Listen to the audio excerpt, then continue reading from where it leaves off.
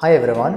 In today's video, we'll be discussing as to how we can prepare ourselves for the logical reasoning segment of CLAT and other law entrance tests. First thing that you have to understand is that even logical reasoning is of two types. One is the analytical reasoning and second is the critical reasoning.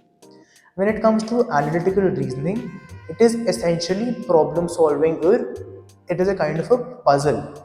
By which I mean there'll be questions like, for example, a person is walking in east and subsequently he turns right and then turns left and then turns left and then turns right.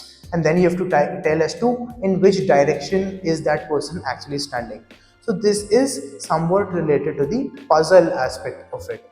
When it comes to critical reasoning, in critical reasoning, they're trying to understand if you are aware of as to how arguments work. For example, if I'm saying something, what is the assumption in that? If I'm saying something, how can an argument be strengthened or how can an argument be weakened? For example, if I am saying that all men are muscular and if I give a conclusion that Pranav is muscular, then it is necessary for me to have a premise that Pranav is a man.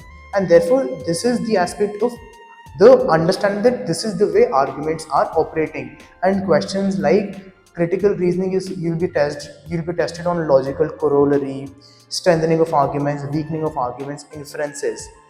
CLAT and AILET predominantly are now inclined towards testing your critical reasoning skills and not majorly your analytical reasoning, because as a lawyer you'll be expected to understand how arguments work. You'll be expected to understand how to strengthen an argument or how to weaken an argument instead of solving questions based on direction or solving questions which are predominantly puzzle based.